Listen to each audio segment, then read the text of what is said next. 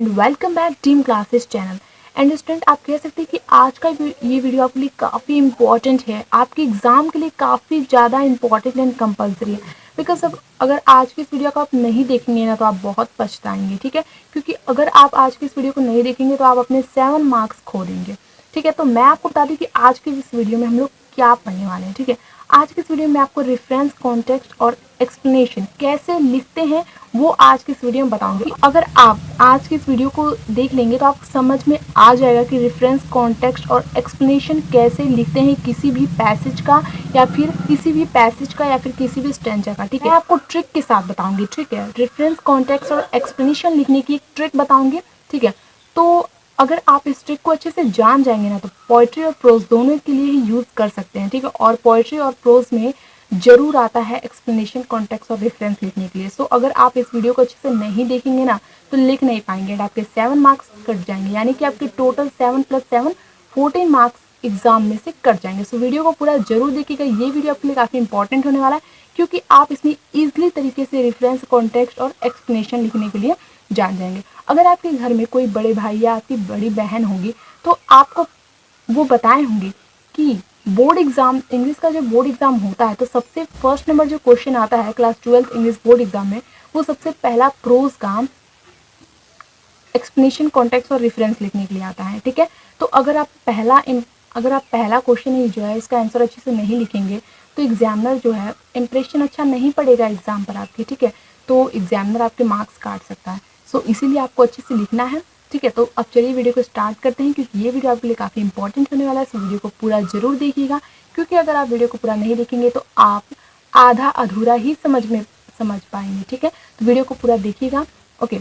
तो चलिए वीडियो को स्टार्ट करते हैं। मैं आपको कोई भी एक स्टैंजा या फिर पैसेज लेकर आपको समझा दूंगी कि रेफरेंस, कॉन्टेक्स्ट और एक्सप्लेनेशन कैसे लिखते हैं, ठीक है। इसकी सहायता से, इसकी हेल्प से आपको समझ में आ जाएगा कि कोई भी एग्जाम में स्टैंजा आए चाहे पैसेज आए उसे आप कैसे लिखेंगे, ठीक है। तो चलिए देखते हैं। देखिए, how happy is he born और taught that serveth not another's will, whose armor is his honest dot, and simple truth is utmost skill। ये मैंने character of a happy life जो कि पोइट्री का फर्स्ट चैप्टर है उसका ये stanza है, ठीक है। ये ओके। तो मैंने ये लिखा है और मैं इसकी रेफरेंस, कॉन्टेक्स्ट और एक्सप्लेनेशन आपको बता दूंगी अच्छे से कि कैसे लिखते हैं, ठीक है। क्योंकि ऐसे एग्जाम में आएगा और 7 मार्क्स का आपसे पूछा जाएगा, ठीक है। तो अगर आप नहीं करेंगे तो आपको फुल मार्क्स नहीं मिलेंगे, ठीक है। आपको नंबर नहीं मिलेंगे तो आपके नंबर कट जाएंगे। सो वीडियो को पूरा जरूर देखिएगा, ठीक है। तो देखिए, ऐसे क्वेश्चन आएगा एग्जाम में, ठीक है। और आपको रेफरेंस, कॉन्टेक्स्ट और एक्सप्लेनेशन लिखने के लिए दिया। अब आप क्या करेंगे, सबसे पहले आपको रेफरेंस लिखना होता है। अब मैं आपको बता दूं कि रेफरेंस का मतलब क्या होता है, कॉन्टेक्स्ट का मतलब क्या होता है और एक्सप्लेनेशन का मतलब क्या होता है। तो माय डियर स्टूडेंट, रेफरेंस का मतलब होता है संदर्भ, ठीक है। और कॉन्टेक्स्ट का मतलब होता है प्रसंग और एक्सप्लेनेशन का मतलब होता है व्याख्या, जैसे कि आप हिंदी में करते हैं, संदर्भ, प्रसंग, व्याख्या। ये वीडियो मैं इसलिए बना रही हूँ ताकि आपको अच्छे से मैं समझा दूं कि कॉन्टेक्स्ट, रेफरेंस, एक्सप्लेनेशन कैसे करना है एग्जाम में, और सब चीज़ मैं आपको अच्छे से इस वीडियो में समझा दूँ, ठीक है। ताकि आपकी कोई भी शिकायत ना रहे, दूसरे वीडियो आपको देखने की जरूरत ना पड़े, ठीक है। तो अब बात करते हैं रेफरेंस की।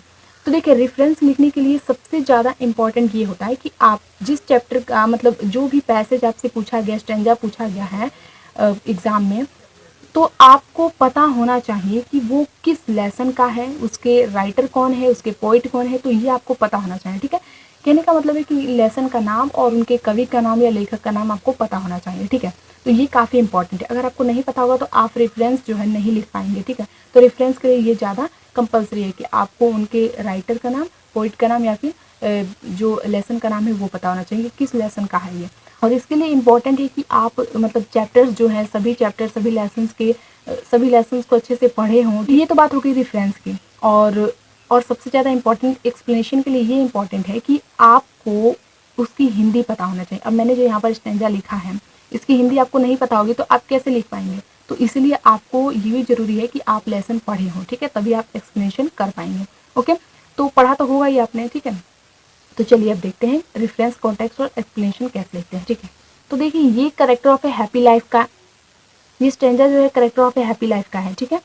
और मैं आपको इसकी हिंदी भी समझा दूंगी, लेकिन पहले आपको ये तो पता चल गया कि एक सबसे पहले एग्जाम में अगर ऐसे क्वेश्चन आएगा तो सबसे पहले आप क्या देखेंगे, सबसे पहले आप देखेंगे कि ये किस लेसन का है, ठीक है, किस लेसन का है और इसके पोइट कौन है। तो ये पोइट्री है इसलिए इसके पोइट लिखेंगे। अगर ये प्रोज रहता, ठीक है, तो पैसेज टाइप का आता, ठीक है, तो उसमें आप क्या लिखते हैं, उसमें आप राइटर लिखते हैं, ठीक है, उसमें राइटर लिखते हैं। समझ में आपको आया? जैसे हम लोग गद्य में लेखक लिखते हैं और पद्य में कवि लिखते हैं, वैसे ही पोइट्री में हम पोइट लिखेंगे, और बात हुई प्रोज की तो उसमें हम लोग राइटर लिखेंगे, ठीक है। तो ये प्रोज और पोइट्री दोनों के लिए यूज़ कर सकते हैं इस ट्रिक का, जो मैं आज की इस वीडियो में आपको बताऊंगी, ठीक है। तो देखिए रेफरेंस कैसे लिखना, अब आपको समझ में आ गया कि ये character of a happy life का है। तो अब चलिए हम लोग लिखते हैं, ठीक है। माय डियर स्टूडेंट, अगर आप चाहें तो लिख सकते हैं this lines have been taken, ठीक है। लेकिन अगर आप चाहें स्टैंजा लिखने के लिए तो स्टैंजा भी लिख सकते हैं, ठीक है। तो मैं यहाँ पर this lines have been taken लिखती हूँ, ठीक है।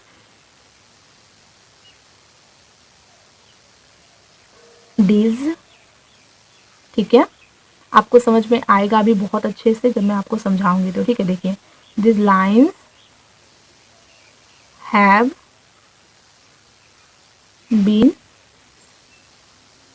टेकन, ठीक है, फ्रॉम द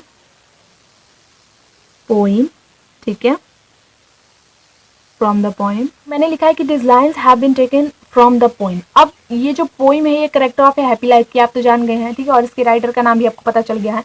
तो माय डियर स्टूडेंट, इतना लिखने के बाद से अब जो आप लेसन का नाम लिखेंगे, ठीक है, आप इस चैप्टर का नाम लिखेंगे कि ये किस चैप्टर का ये जो पोइम है किस चैप्टर का है। तो आपको पता है character of a happy life, तो आप character of a happy life लिखे, ठीक है।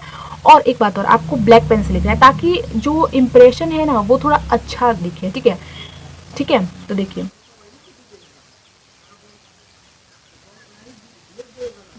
CHARACTER,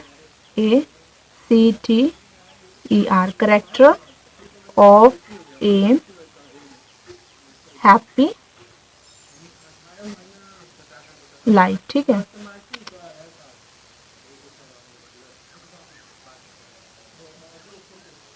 happy life, character of a happy life. तो इसे आप क्या कीजिए, इसे आप ऐसे कॉमा में,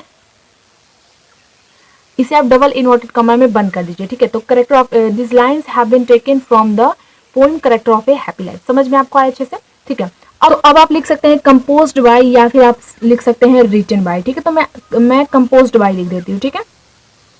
तो composed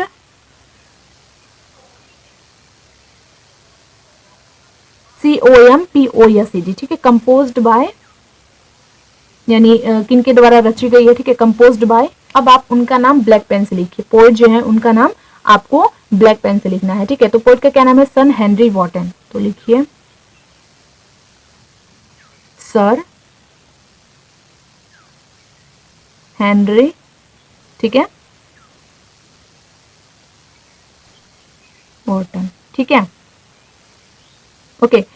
Dear student, these lines have been taken from the poem Character of a Happy Life composed by Sir Henry Wotton। तो आपको अच्छे से समझ में आ गया होगा कि रेफरेंस के लिए सबसे ज़्यादा इंपॉर्टेंट क्या है। तो उस चैप्टर का नेम आपको याद होना चाहिए और राइटर का नेम, ठीक है, पोइट का नेम। तो आपका हो गया रेफरेंस, एकदम अच्छे से कंप्लीट हो गया आपका, ठीक है। तो बस रेफरेंस में इतना ही लिखना, और कुछ नहीं लिखना है, बस रेफरेंस में इतना ही लिखना है। तो आपको समझ में आ गया, ये लाइन्स जो है ये character of a happy life से ली गई हैं, लाइन से ली गई हैं, और इसके जो मतलब सर हेनरी वॉटन जी द्वारा रचित की गई है, रची गई है, ठीक है, ये कविता रची गई है। तो रेफरेंस यानी कि संदर्भ ये हमारा खत्म हो गया। अब बचे हैं दो स्टेप, कॉन्टेक्स्ट और एक्सप्लेनेशन, जो कि मैं आपको बताने वाली हूँ, ठीक है। तो चलिए अब मैं उसे आपको समझा देती हूँ, ओके, कैसे लिखना है आपको कॉन्टेक्स्ट और रेफरेंस। सबसे पहले तो मैं आपको ये बता दूँ कि सबसे पहले तो मैं आपको बता दूँ कि ट्रिक क्या है। ट्रिक ये है कि देखिए रेफरेंस तो आप लिख देंगे, जब आपके सामने ऐसा क्वेश्चन आएगा तो आप रेफरेंस तो लिख देंगे, लेकिन कॉन्टेक्स्ट लिखने के बाद आप सोचने लगते हैं कि अब लिखूँ तो लिखूँ क्या कॉन्टेक्स्ट में।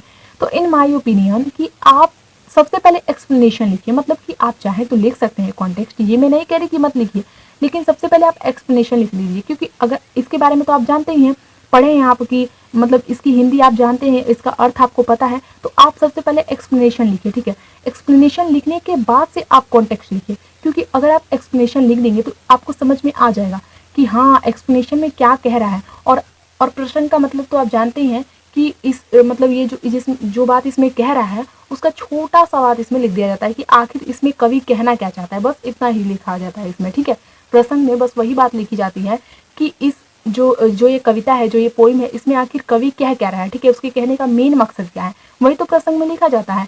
और एक्सप्लेनेशन में तो पूरी इसकी व्याख्या की जाती है ना। तो जब आप एक्सप्लेनेशन अच्छे से लिख देंगे तो आपको पता चल जाएगा कि आखिर इस पूरे जो पोइम है इसमें या पैसेज है इसमें कवि क्या कह रहा है, कवि के कहने का मतलब क्या है, ठीक है। तो आप आसानी से कॉन्टेक्स्ट लिख सकते हैं। तो सबसे पहले आप एक्सप्लेनेशन लिखिए, चाहे तो आप लिख सकते हैं कॉन्टेक्स्ट, अगर आपको बहुत अच्छे से पता है तो आप लिख सकते हैं कॉन्टेक्स्ट। ये मैं नहीं कह रही कि मत लिखिए, सबसे पहले एक्सप्लेनेशन लिखिए, ये मैं नहीं कह रही हूँ, लेकिन आपको नहीं पता है तो एक ट्रिक के रूप में मैं आपको बता रही हूँ कि एक्सप्लेनेशन आप पहले लिख लीजिए, फिर आप कॉन्टेक्स्ट लिख लीजिएगा, ठीक है। तो आप इसके 2 या 3-4 लाइन छोड़ सकते हो और एक्सप्लेनेशन का जो पॉइंट है वो डालकर एक्सप्लेनेशन लिख सकते हैं। चलिए सबसे पहले मैं आपको एक्सप्लेनेशन बताती हूँ, ठीक है, उसके बाद से मैं आपको कॉन्टेक्स्ट बताऊंगी। ओके, तो चलिए पहले मैं आपको इसकी हिंदी समझा देती हूँ कि आखिर इसमें क्या कह रहा है, ठीक है। तो देखिए, how happy is he born और थॉट, जन्म और शिक्षा से, बॉर्न नहीं होता है जन्म और थॉट यानी शिक्षा, तो जन्म और शिक्षा से वह व्यक्ति कितना प्रसन्न है, ठीक है, वह व्यक्ति कितना प्रसन्न है। दैट सर्वेट नॉट अनदर्स विल, जो दूसरों की इच्छा के अनुसार कार्य नहीं करता। विल यानी होता है इच्छा और सर्वेट यानी होता है मतलब कि कार्य करना, मतलब जैसे एज एन सर्वेंट कह सकते हैं, ठीक है। तो जो दूसरों की इच्छा के अनुसार कार्य नहीं करता है, उस एरमोर इज हिज ऑनेस्ट डॉट, और ईमानदारी जो है, ईमानदारी उसका एकमात्र कवच है, ठीक है, मतलब कि सुरक्षा का हथियार कह सकते हैं, ठीक है। And simple truth his utmost skill, और सरल सत्य जो है उसकी सर्वोत्तम योग्यता है। एंड सिंपल ट्रूथ यानी सरल सत्य जो है उसकी सर्वोत्तम योग्यता है। तो ये तो आपको समझ में आ गया, ठीक है, किसमें क्या कह रहा है। तो मैं आपको एक्सप्लेनेशन इसका बता देती हूँ, ठीक है। एक्सप्लेनेशन मैंने अपने लैंग्वेज में लिखा है तो मैं आपको बता देती हूँ, बहुत ही आसान तरीके से आप भी वैसे लिख सकते हैं। अगर आपको ये अच्छे से समझ में आ गया हो तो मैं आपको एक्सप्लेनेशन चलिए बता देती हूँ, ठीक है। देखिए इसमें बताना क्या है कि हैप्पी मैन जो है, एक जो खुशहाल व्यक्ति है वो कितना प्रसन्न है और दूसरों की इच्छा के अनुसार कार्य नहीं करता है। ईमानदारी का विचार उसका एकमात्र कवच है, ठीक है, और जो सरल सत्य है उसकी सर्वोत्तम योग्यता है। तो यही तो इसमें बताना है। तो देखिए एक्सप्लेनेशन यानी व्याख्या। द पोइट सेज दैट, जो कवि है वो कहता है, that a really happy man is not dependent on others. कहने का मतलब है कि कवि कहता है कि जो एक रियली हैप्पी मैन है, जो एक वास्तविक खुशहाल व्यक्ति है, वो दूसरों पर डिपेंड नहीं होता है, मतलब दूसरों पर आधारित नहीं होता है, ठीक है, आश्रित नहीं होता, डिपेंडेंट। उसके वजह से कि he does not work according to the will of others, वो दूसरों की इच्छा के अनुसार कार्य नहीं करता है, ठीक है। He is free to do what he thinks proper, इसका मतलब है कि वह करने के लिए स्वतंत्र है जो वह उचित समझता है, मतलब कि उसे वही करने में अच्छा लगता है जो वह उचित समझता है, ठीक है। He is not slave to anyone, वो किसी का गुलाम नहीं है, स्लेव यानी गुलाम। He does not need any weapon to protect himself with, कि वह अपनी रक्षा के लिए, ठीक है, जो अपना प्रोटेक्शन है, अपनी रक्षा के लिए किसी हथियार की आवश्यकता नहीं, उसे अपनी रक्षा के लिए किसी हथियार की आवश्यकता नहीं है। Honesty is the only weapon for him, honesty यानी ईमानदारी जो है उसका एकमात्र हथियार है। Okay, it is sure defence, कहने का मतलब है कि वह सुनिश्चित रक्षा करता है, मतलब जो ऑनेस्टी है वो उसकी सुनिश्चित रक्षा करता है, ठीक है। He believe in simple truth of life, वह सरल सत्य पर बिलीव करता है जीवन में। The simple truth is his best skill, और जो सरल सत्य है उसकी सर्वोत्तम योग्यता है। It is his only guide, और वो उसका एकमात्र मार्गदर्शक है। तो आपको एक्सप्लेनेशन अच्छे समझ में आ गया, ठीक है। तो ऐसे आपको एक्सप्लेनेशन अपने लैंग्वेज में लिखना है और बहुत ही इजीली तरीके से मैंने आपको बताया है, ठीक है। तो आप अपने लैंग्वेज में ऐसे लिख सकते हैं एक्सप्लेनेशन। थोड़ा बहुत इधर उधर होने से कोई बात नहीं है, 1-2 वर्ड मीनिंग इधर उधर हो जाएगा तो उससे कोई बात नहीं है।